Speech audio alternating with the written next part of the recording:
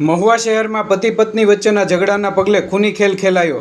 મળતી માહિતી મુજબ મૃતક ભરતાબેન રમેશભાઈ ડોળસિયા ઉંમર 40 તથા રમેશભાઈ વીરાભાઈ ડોળસિયા ઉંમર 45ની તેમના જ જમાઈ અજયભાઈ રાજુભાઈ ભીલ રહેવાનું મહુવા દ્વારા હત્યા કરવામાં આવી હતી। ઘરકંકાસ અને પતિ પત્નીના અપ્રામાણિક સંબંધોને લઈને થયેલા ઝઘડામાં જમાઈએ ગુસ્સામાં આવી સાસુ સસરાની જીવલેણ ઈજાઓ કરીને હત્યા કરી હોવાનું પોલીસ સૂત્રો દ્વારા જાણવા મળી રહ્યું છે। આ ઘટના અંગે મહુવા પોલીસે આગળની કાર્યવાહી હાથ ધરી છે। બ્યુરો રિપોર્ટ, ગુજરાત આઈ ન્યૂઝ, મહુવા।